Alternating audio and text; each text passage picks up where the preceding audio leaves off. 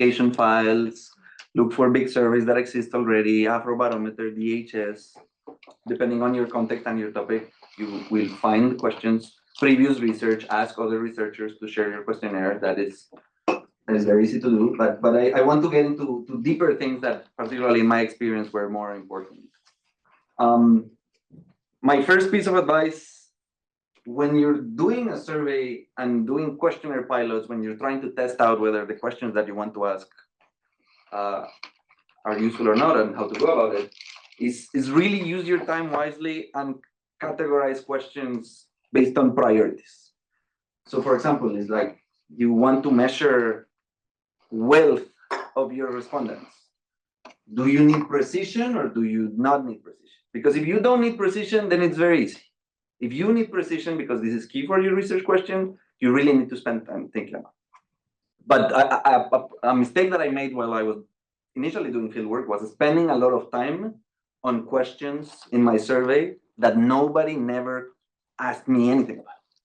When you people see reviews, when you present paper, it's just a control in the regression and nobody is betting on it. So don't waste time on questions that nobody is going to kind of care about, and you might just need to say like, oh yeah, that's a control and that's it.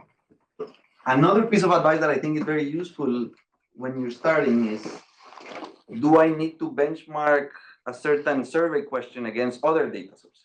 And this is particularly useful when you're doing lab in the field experiments or small survey questionnaires, because nobody's going to believe that your sample is representative of anything.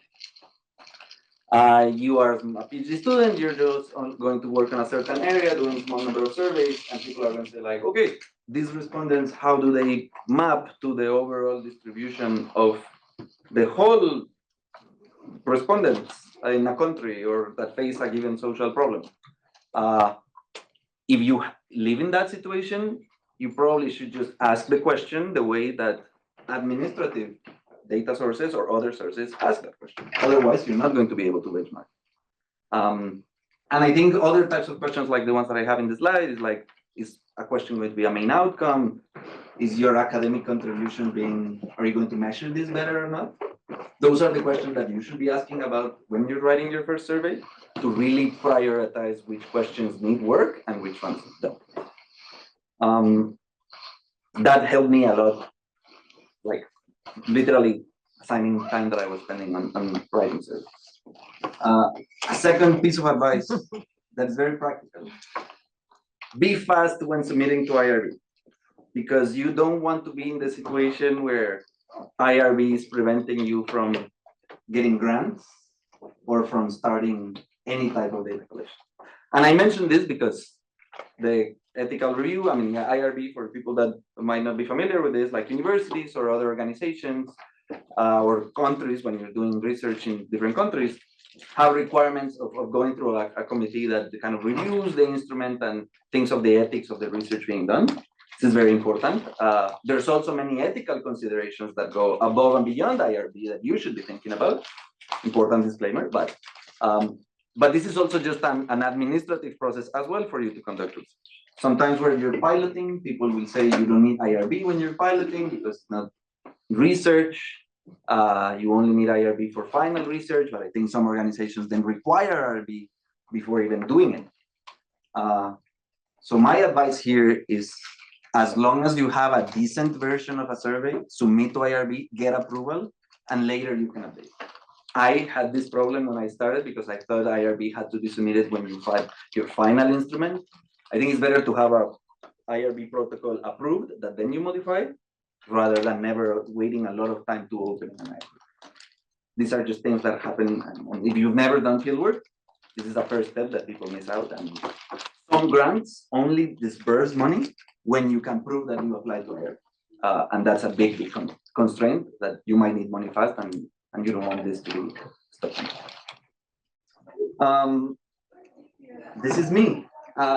In the slides, you see a photo around 2021. I was somewhere in Sierra Leone doing fieldwork.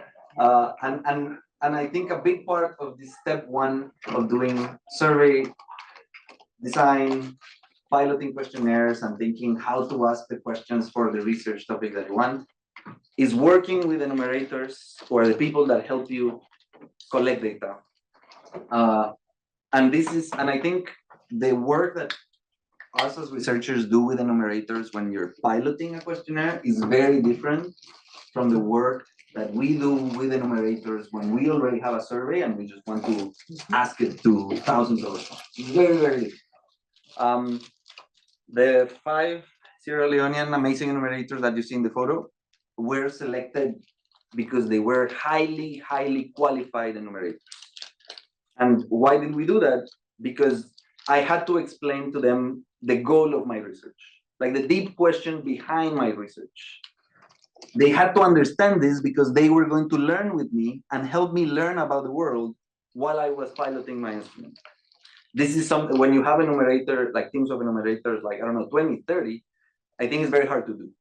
But when you're piloting, you really want your enumerators to understand, like, what is the deep phenomenon that you want to measure, because their insights are going to be super, super valuable, way more valuable than many other things when you're doing this work.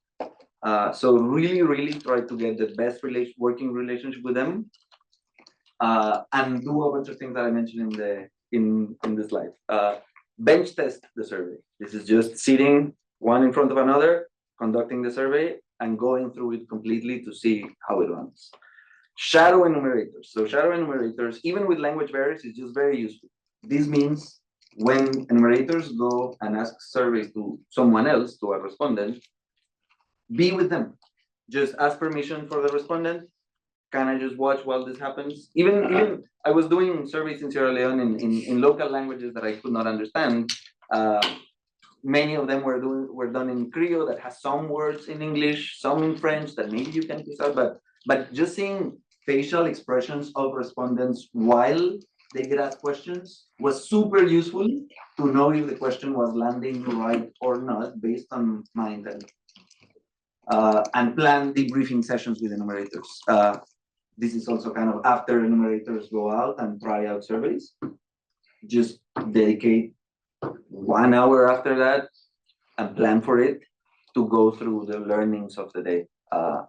And this is just kind of very important. And I think this might be the most important slide when you're doing survey design and doing questionnaire pilots. Another important part of starting fieldwork for people that have never done this is we usually do phone or tablet surveys instead of paper surveys.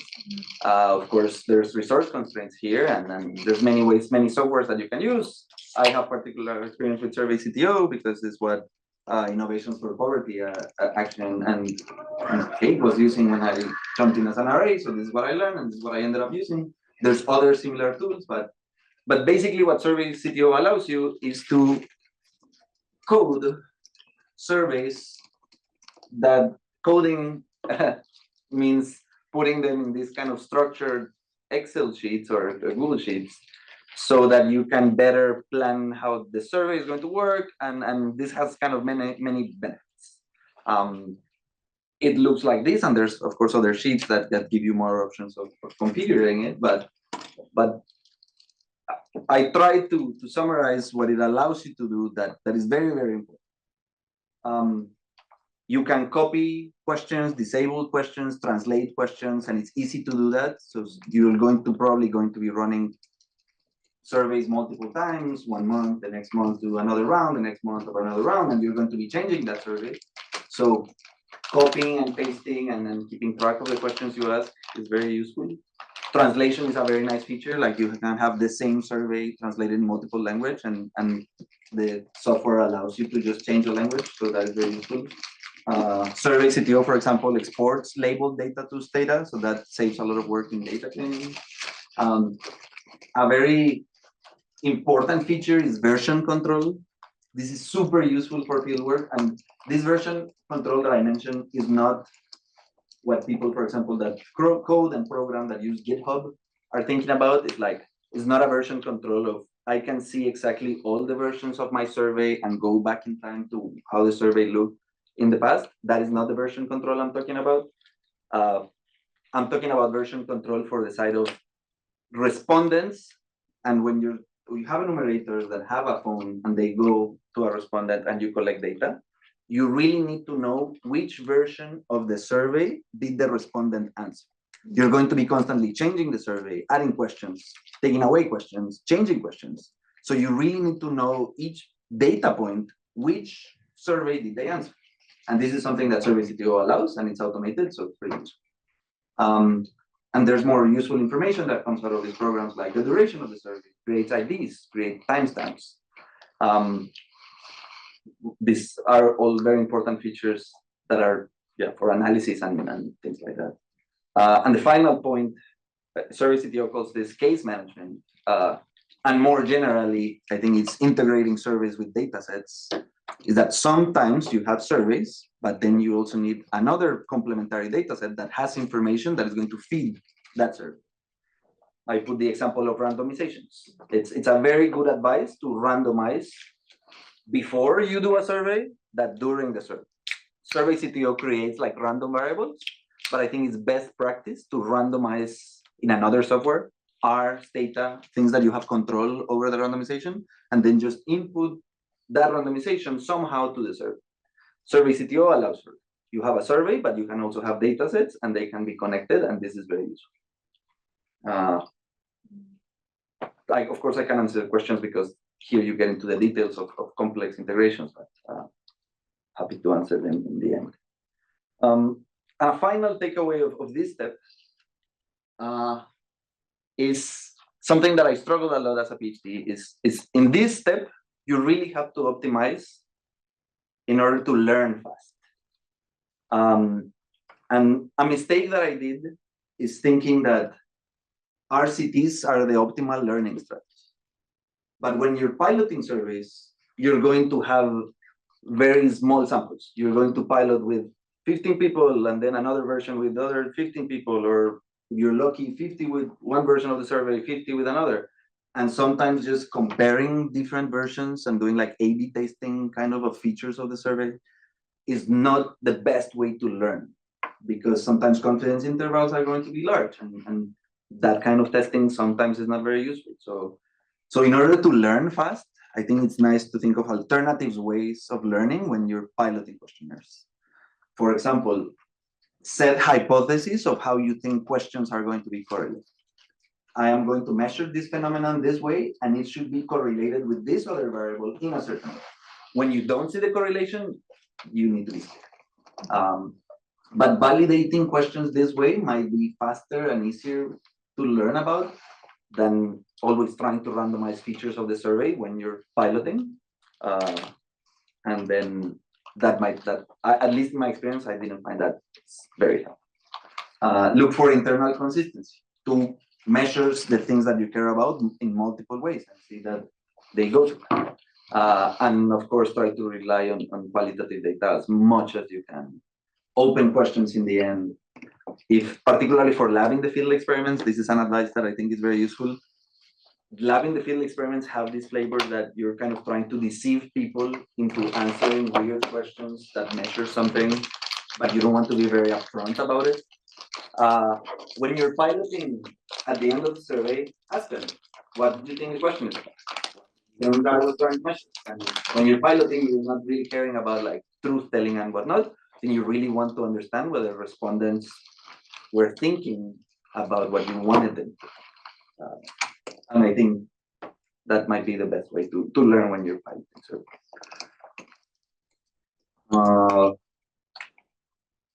Okay. After, I think, piloting surveys, I think the next step that I think is very important for fieldwork that people really need to think about, and that as researchers, we don't have a lot of experience, is logistics.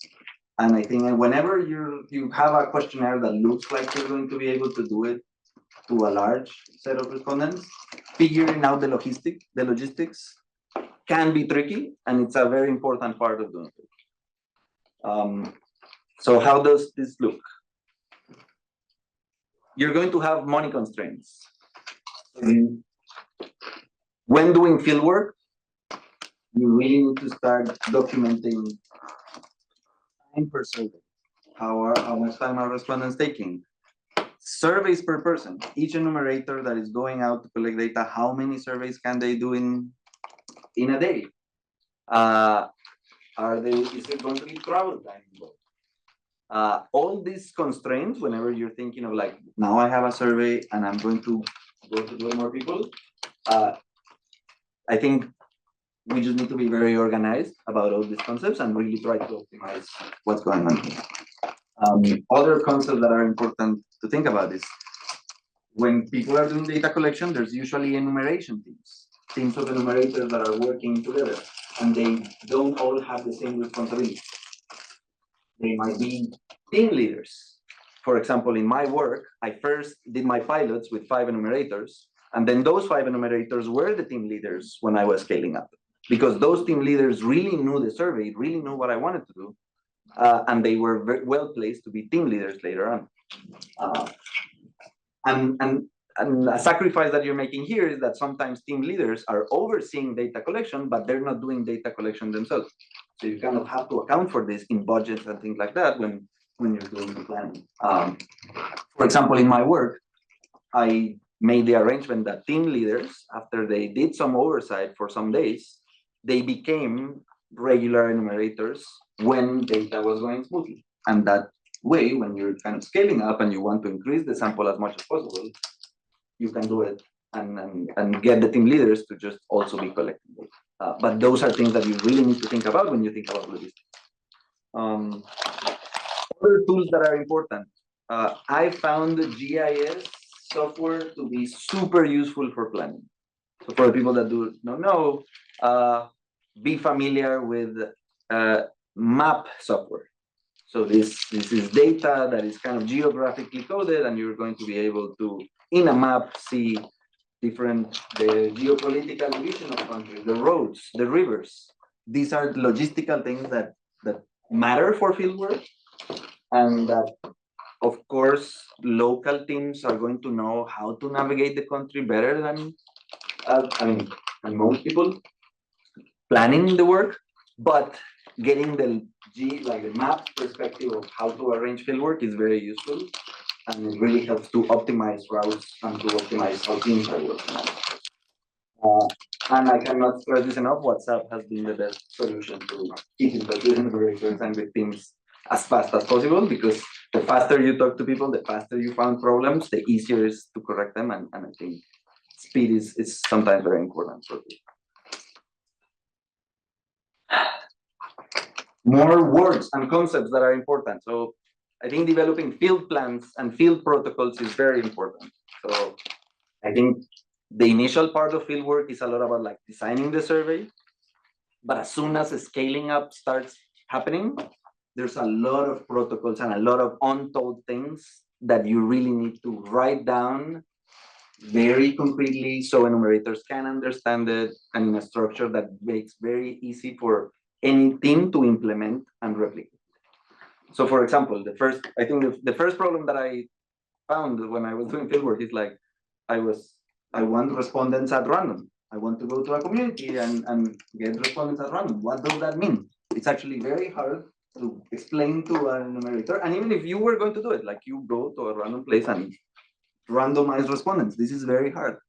And when we try to do sophisticated things for research, for example, stratified respondents, so make sure that my sample has equal number of men and women, for example, that is an additional problem. So taking these research concepts and putting them into a field plan and field protocols where you give exact rules about how to go about this is very, very important. For randomizing respondents, my approach was the survey in Survey CTO was telling the enumerators, go to a street where that you see houses, and I displayed a random number of houses that they had to count. But I was doing some randomization that helped the enumerators count dwellings, 1, 2, 3, 4, 5, whatever the survey randomly said, and then they had to ask if they could interview someone. But these are protocols and things that were in the field plan that enumerators needed to know besides the survey. So this is a lot of things that happen in training that you should really kind of work on.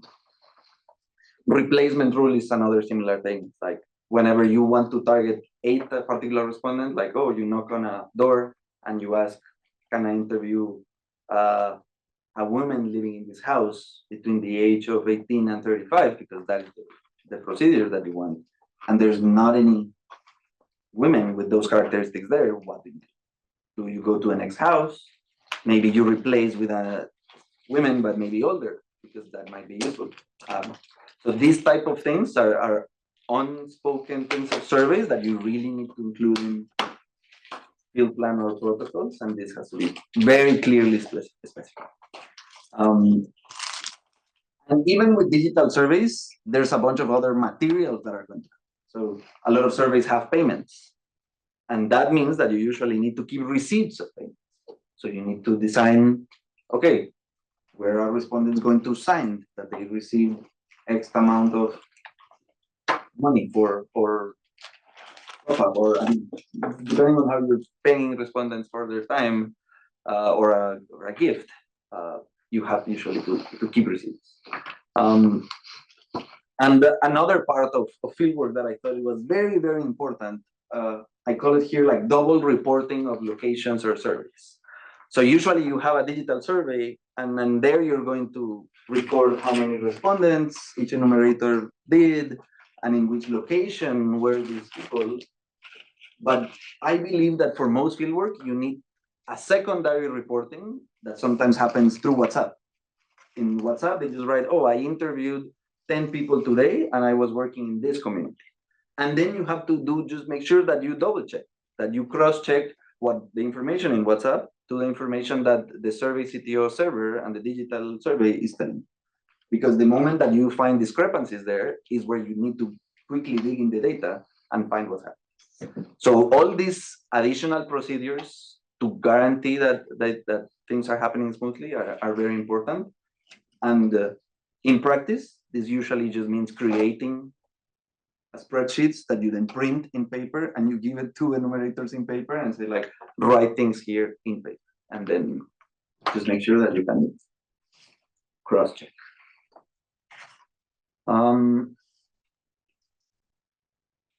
And this takes me to kind of the final step of fieldwork, which is monitoring data quality.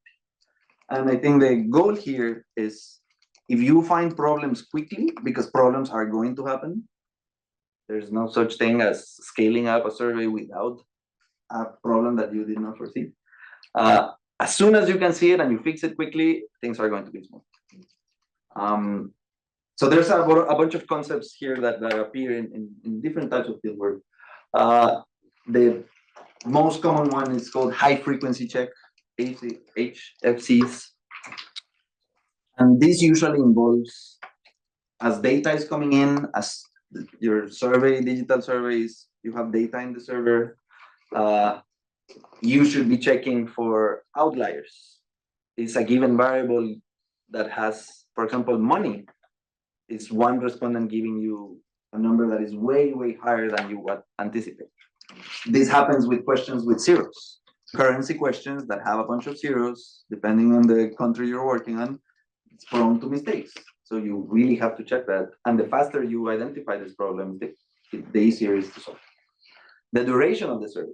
This is a very, very common measure of, like, okay, I expect this survey to take 30 minutes. Why does survey CTO say that a given enumerator took 15?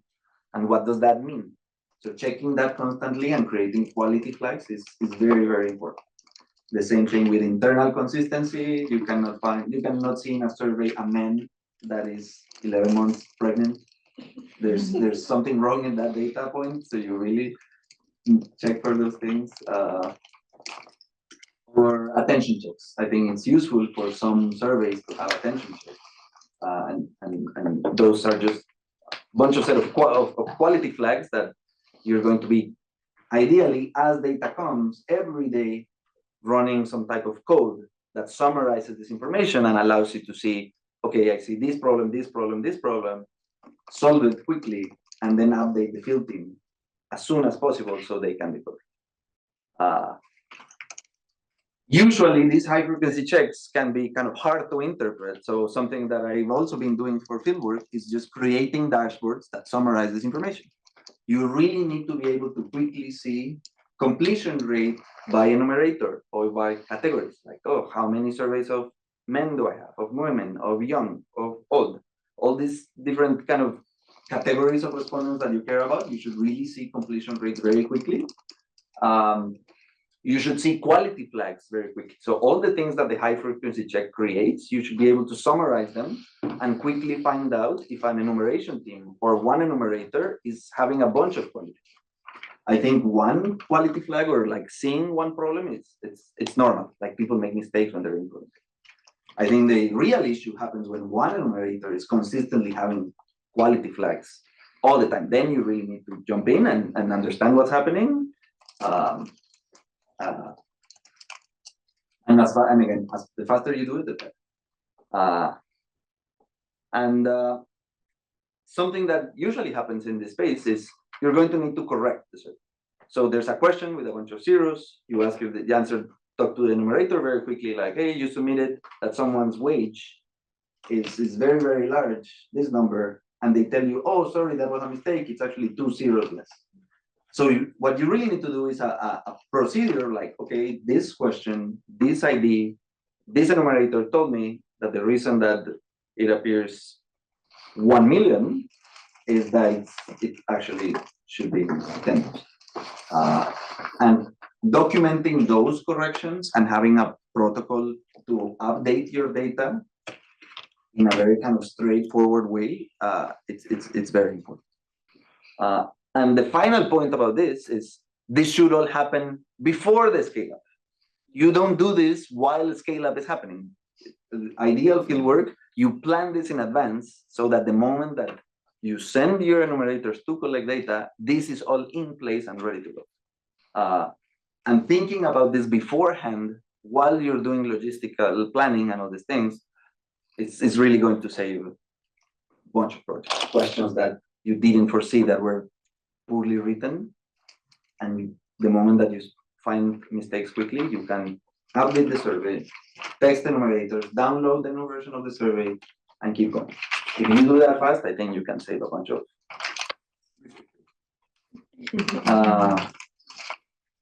The final concept here that applies mostly for larger projects is called backchecking. Backchecking means after you have some completed surveys, you randomly sample some, 10%, 30%, depending on your constraints. And then you send new enumerators to redo these surveys, find the respondent again, and pick some questions that you can quickly do. And then you're basically going to compare whether the same survey with the same respondent before and after are giving you the same. They should be the same age, they should have the same profession and things like that. And this is another set of quality flags that are, I think they are less important for validating each data point. And I think they're more important on aggregate. Basically, you want a summary measure that of the 10,000 surveys that I did, I randomly sampled 5%. And the mistake rate, like when I compare questions, they are 98% of the times the same. And if there's a 2% of mistakes, you probably can live with it. But as I said, this usually happens for larger projects. When I was doing lab in the field experiments, I think it was very hard to do backchecking. I didn't have the resources to do backchecking. Backchecking is expensive. You need to send new enumerators and redo some questions. Also, the lab in the field experiment, the requirements were like decisions that were happening in the moment. Those were the most important variables. I cannot redo them. I cannot recreate the lab in the field.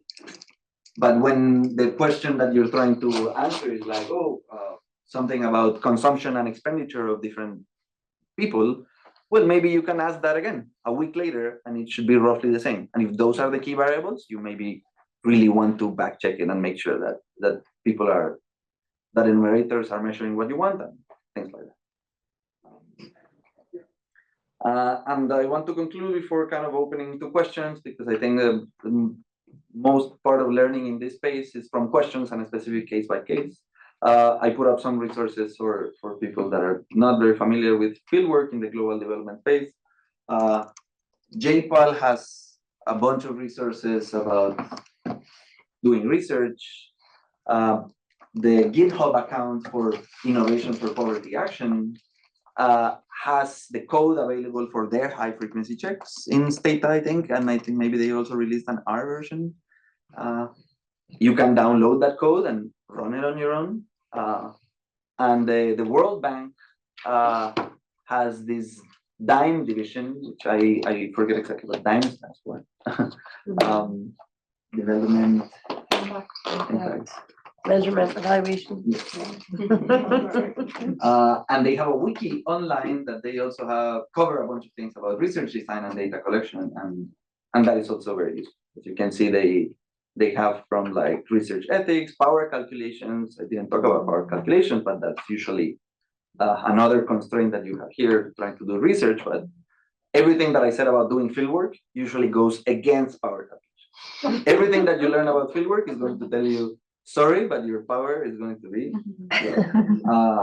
But these are just kind of the optimization that we do. But the DIME wiki, for example, has field management, and then these cover some of the things that I talked about here, and I think we go in more detail. And that's it. I hopefully provided an overview of many things that happen while you do fieldwork. As I said, I think there's way more specific problems that happen depending on the type of question that you answer, the type of respondents you have. Sometimes you have respondents that are very, I mean, they are definitely literate, they're very educated, they might be important people where they live. So Kate and I surveyed a bunch of politicians in Sierra Leone.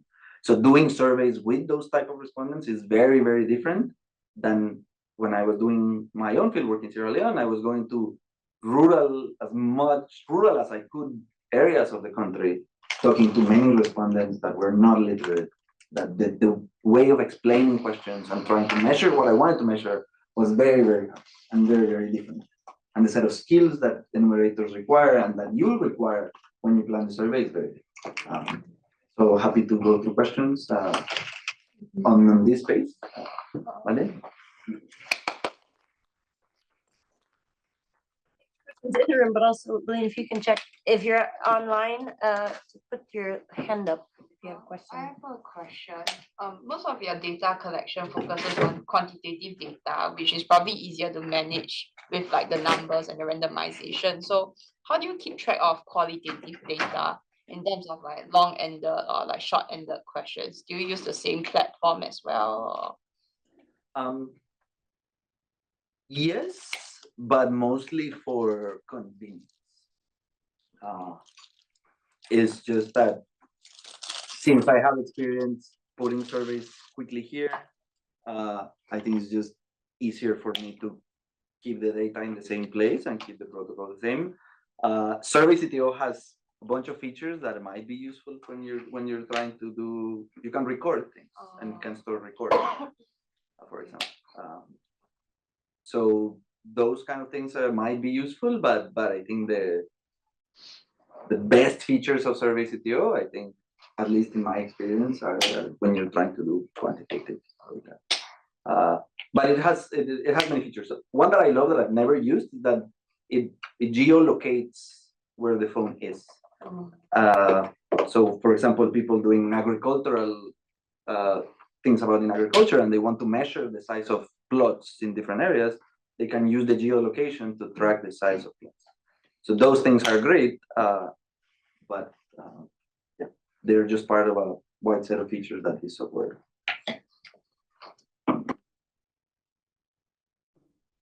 Yeah, sure.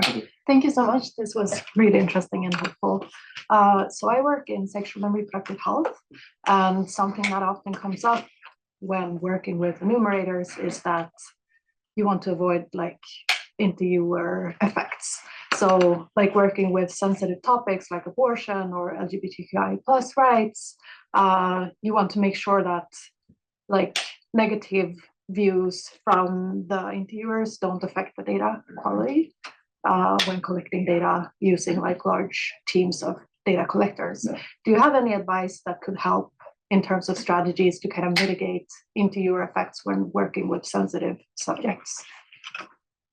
So I think the only advice that I would give And this also applies to, I think the distinction between lab in the field work versus large scale surveys is that when the survey is hard or sensitive topics are there, you might want to work with smaller teams of enumerators that you can train and go through a lot of protocols, and that might just make field work longer.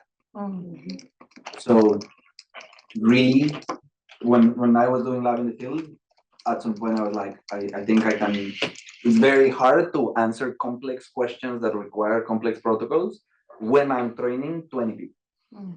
That procedure was kind of difficult, and it was very hard to know whether the enumerators were kind of understanding the intricacies of what I wanted to do. And I think the same happens when sensitive topics. Yeah. We were dealing with politicians, and sometimes when we were asking about politicians, how are you spending the money? That opens the question for corruption and complicated things. Yeah. You really need very well-trained enumerators that have a lot of social interpersonal skills to manage complicated whatever might happen. So do smaller things, and the bad thing is that it might take more months to finish what you want. Thank you. I have two questions. One, they talked about like having to do like replacements while out on the field. And how do you balance making these replacements with actually like scientifically like sound theories? Sometimes like when you're in the heat of the moment, you're all thinking about, okay, I need this thing to work and I need this like happen fast.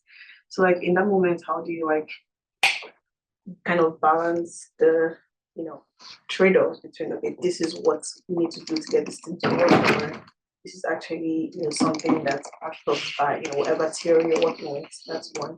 And question two, did you ever in your like entire experience work with maybe a third party like a company where you actually hired them to like handle recruitment, translation, all that stuff? Because that's the current thing I'm going through, and I'm like, how do I not overstep? In the sense that I'm not like telling them what to do, because again, like I trust you to do it your job done, but at the same time, like it's my research. I need to be sure you're doing it the right way. Yeah. So those are two questions I have. Great questions. For your first question, I think you should really optimize for how scaling the survey will look. So the best you can do is think of problems in advance and create clear rules for how to deal with them when they happen. You really don't want problems to occur and letting enumerators or whoever doing the survey to decide in the moment what to do with the best guess. You want to create scenarios, have a frequently asked question, set of things that might happen, so that whenever a problem occurs, there's like, if this happens, then I do this. And I think that's the best you can do. The rest of the problems, they just happen, and hope that you deal with them in the moment, but just being preemptive as the best advice I have. For the replacement. Your second question, I think it's hard. I think it's an art to do work in partnership with survey organizations or with any other type of partner that might be responsible for data collection.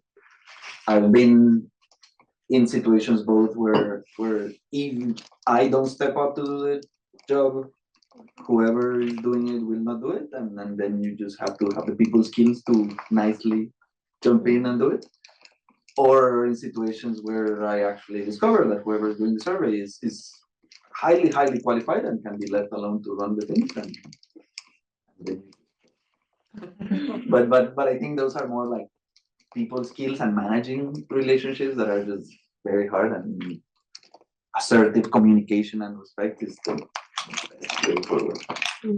Trying to be preemptive and discuss things in advance, rather than letting the problems happen and dealing with them. Sorry. And yeah, sorry. Hi, Abhijit, and thank you so much for the presentation. I think And my question is like during the RCT in Sierra Leone, there must be like apart from the baseline survey, there are like other ways of surveys too, right? So like have you encountered any other new problems doing those other ways of surveys? I mean, usually there's some returns to scale. So the moment that you do one survey and you just have to redo a survey later, it's easier the second time. A logistical problem that I have, for example, that it's important to deal with is how to link records. Sometimes you're interviewing the same person once and then you do another survey and then you want to make sure that those records are linked. That is not trivial, sometimes not easy.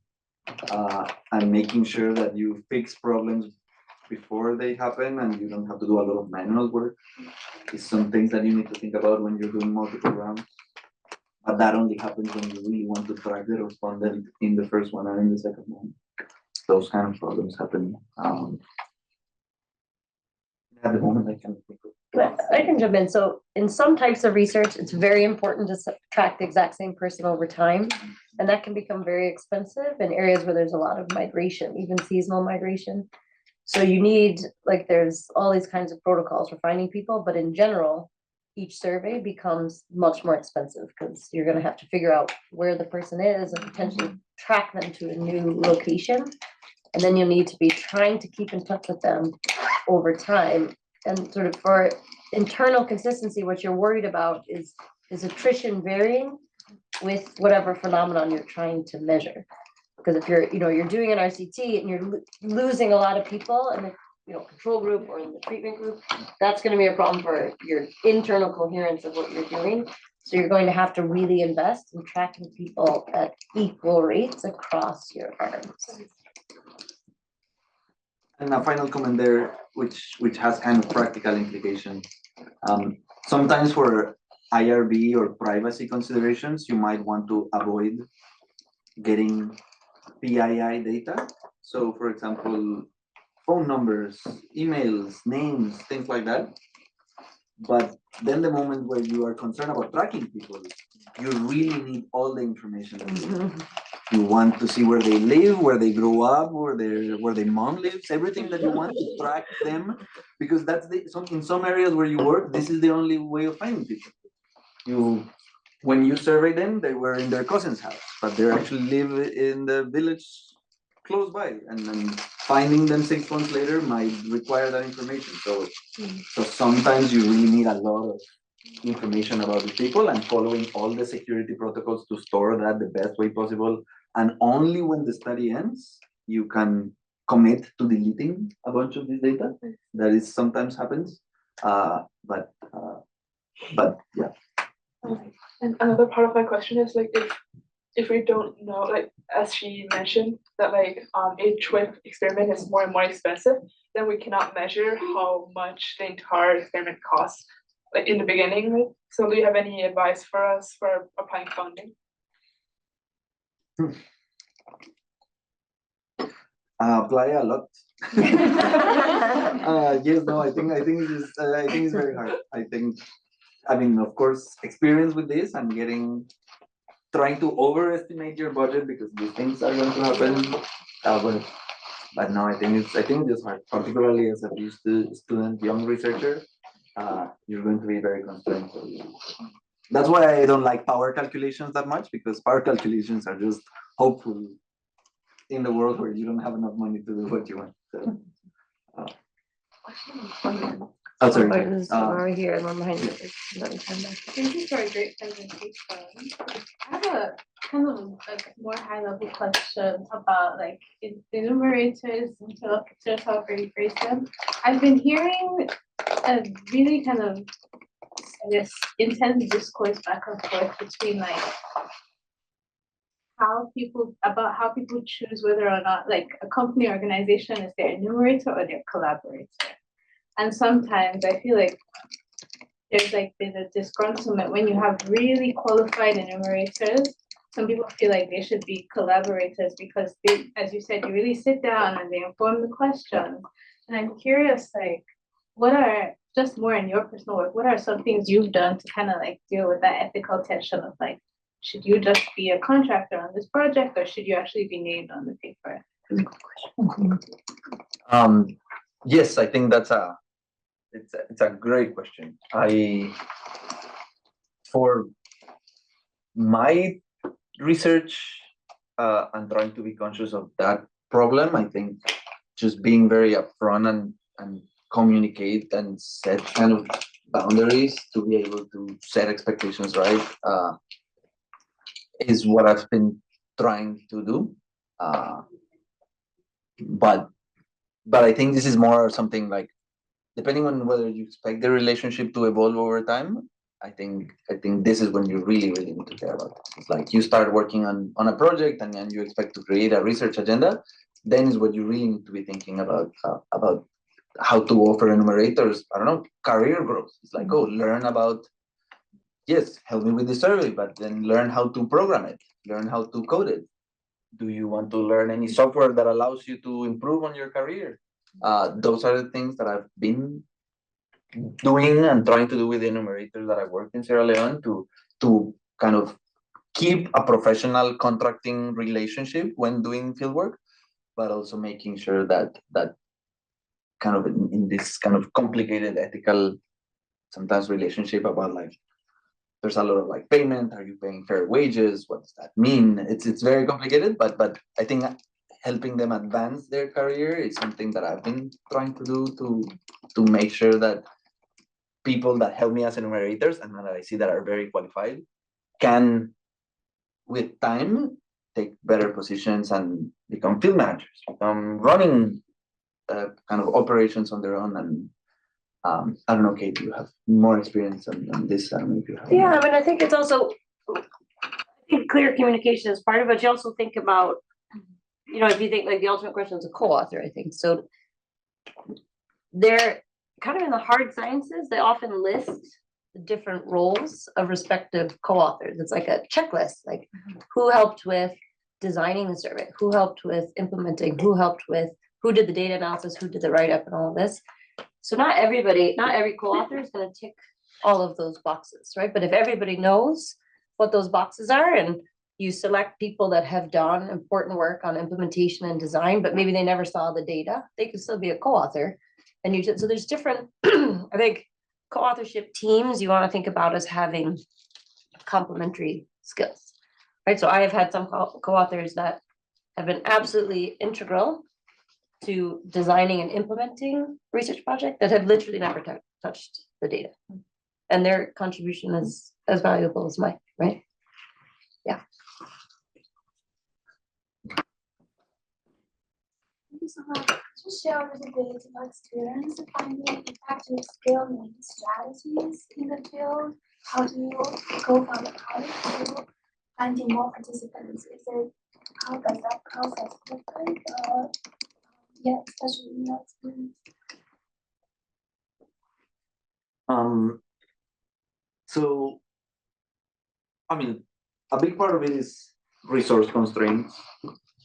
So it really boils down to how does your scale up strategy look? So I've been in situations where you really need to focus on some geographic area and lose representation to reduce travel time and cost associated with it. So some version of a scale up is get as much people in a small geographic area as you possibly can, and that is how you get more respondents. Other type of scale up strategies is like, okay, no, I don't have that much resource constraints. I just really need to get representation, and this is where the research question and what you want to do really matters, because for some questions, getting a representative sample of things is very important, and for some others. The rest, I think, is just figuring out the logistics. The logistics of some scale-ups are very, very complicated. And then it really needs a lot of time to figure it out. One problem that we've had in one recent project that Kate and I did was we were paying respondents for their time, but carrying the money or the things that needed to be paid for respondents was not trivial. Like you cannot send one enumerator with their expected number of surveys that they're going to do and carrying a lot of money.